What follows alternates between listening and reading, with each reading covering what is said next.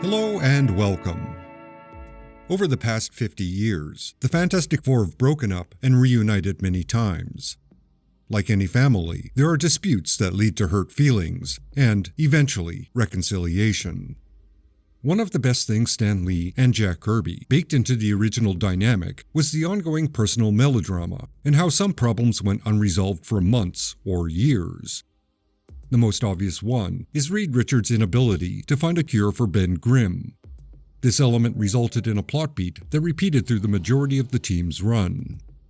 Another frequent storyline was the tension between the married couple, Reed and Sue.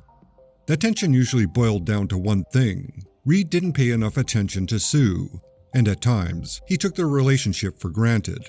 Both literally and metaphorically, Sue was treated like an invisible woman. Basically, for the entire 70s, Reed struggled to find a balance between exploring scientific concepts and addressing threats to the world while showing his wife an appropriate level of love and support. However, there was one incident that changed the team forever. And it was something that Reed couldn't walk back, nor was it anything Sue could forgive. In fact, the entire team was shocked and outraged, leading to Reed becoming emotionally tilted and Sue taking legal action. Let's go to the beginning and see how this evolved.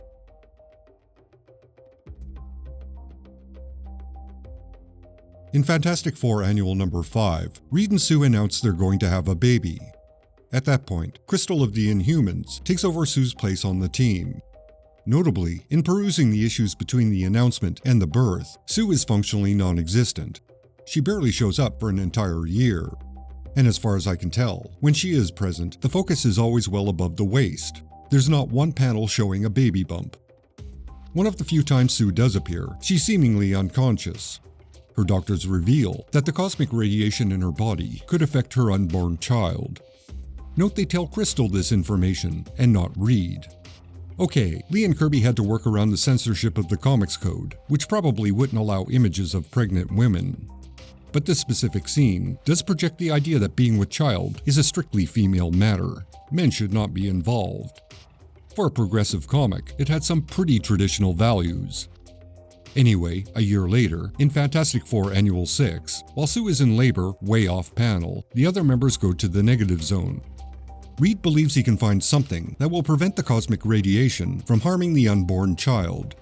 This leads to their first encounter with Annihilus, who wears a thing known as the Cosmic Control Rod. Reed determines his object will help with the birth, so they steal it, drain some energy off it, and then return it to Annihilus.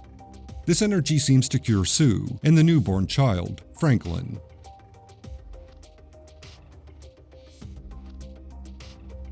For the next few years, Franklin was a prop that had no purpose.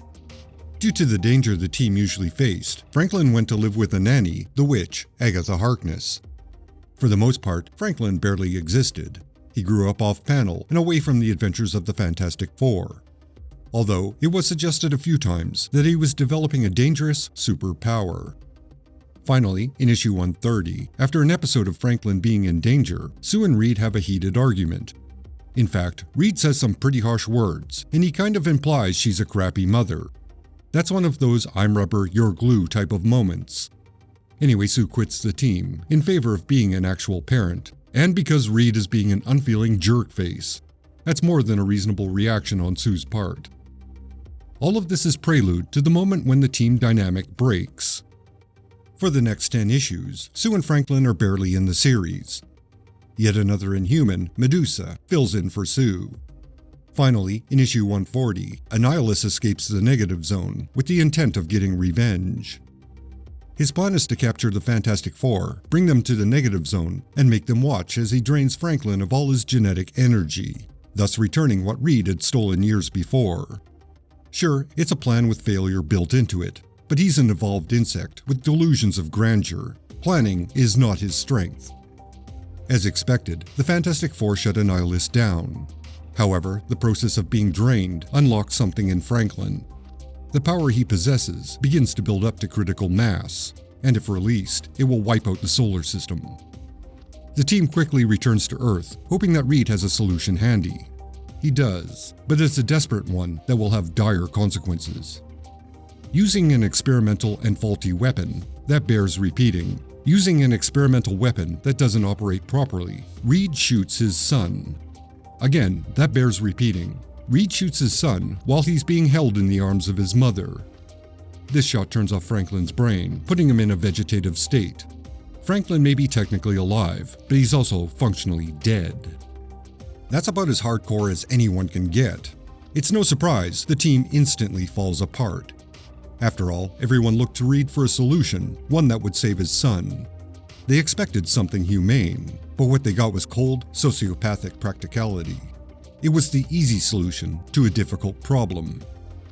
In that moment, not only did Reed sacrifice his son, but he sacrificed his marriage and the confidence the team had in his leadership. This action broke the team. They had to acknowledge there was something fundamentally wrong with their leader. And more to the point, they had to question whether they could follow someone who was capable of such extreme measures.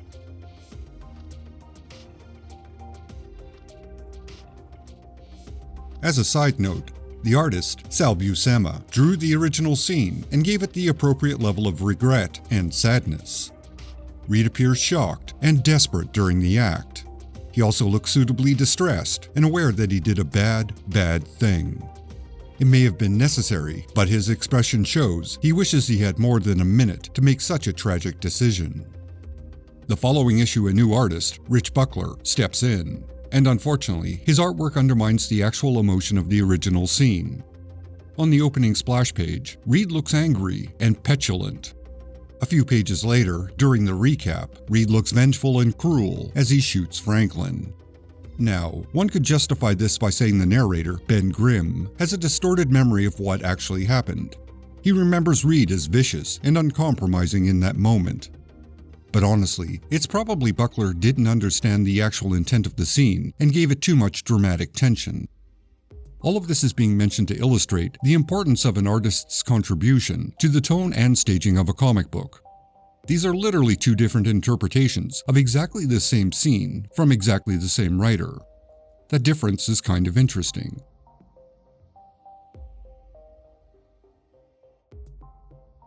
In the aftermath, the team struggled to remain together. If it wasn't out of a sense of obligation to save the world, they might never have worked together again. Sue disappeared with Franklin. Reed did his own thing. Ben, Johnny, and Medusa teamed up with Reed, but they did a lot of solo work too. It was a rather tumultuous time for the team. Then, in issue 147, Sue files for divorce. And worse yet, she proclaims her love for Namor and her intent to stay with him forever. For those that debate whether Sue was unfaithful to Reed, well, they'd been separated for at least a few months in Marvel time, and Sue had started divorce proceedings. So it's not conclusive proof, but it's likely Sue got a little deep-sea strange, if you catch my drift. Finally, Namor is easily offended by practically everything, and he has a compulsion for attacking the surface world whenever he feels insulted. During one such time, what remains of the Fantastic Four intervenes to stop Namor. Seeing Reed in action, and after some gentle gaslighting from Ben, Sue changes her mind and realizes she deeply loves Reed. So, they reconcile. In issue 150, Franklin fully recovers. His original brain-dead state was retconned to a coma, which didn't have any lasting negative effects. However, things didn't return to normal for another 9 issues. Sue resisted rejoining the team, presumably to care for Franklin and to get her head straight. But finally, she officially rejoined the team in issue 159. So, after 2.5 years, the team was finally back together. This may be the longest time the original Fantastic Four remained apart and in a state of uncertainty. This renewed togetherness would last for another few years, until Reed lost his powers and the team officially disbanded for good. But that's a story for another time. Thank you for watching. Please like, subscribe, and all that engagement stuff. If you have the means, please support this channel on Patreon. Thanks to all my current supporters on Patreon and YouTube. This has been a rough year, and your ongoing support and kindness have smoothed over a lot of rough edges. I sincerely cannot thank you enough. Extra special thanks to Eidolon, Constant Disappointment Records, Jeff Nicholson, Sicken, Francis De La Cruz, John Nyukes, Andrew Barton, Odin Ashcroft, Ruby St. Dennis, Phil Sagan, Edward Clayton Andrews, Corey Drew, Ellis Gregor, Brian Deaton, Tom Grannis, John Gaunt, James Graham, and Matt Marino. You are all justified and ancient.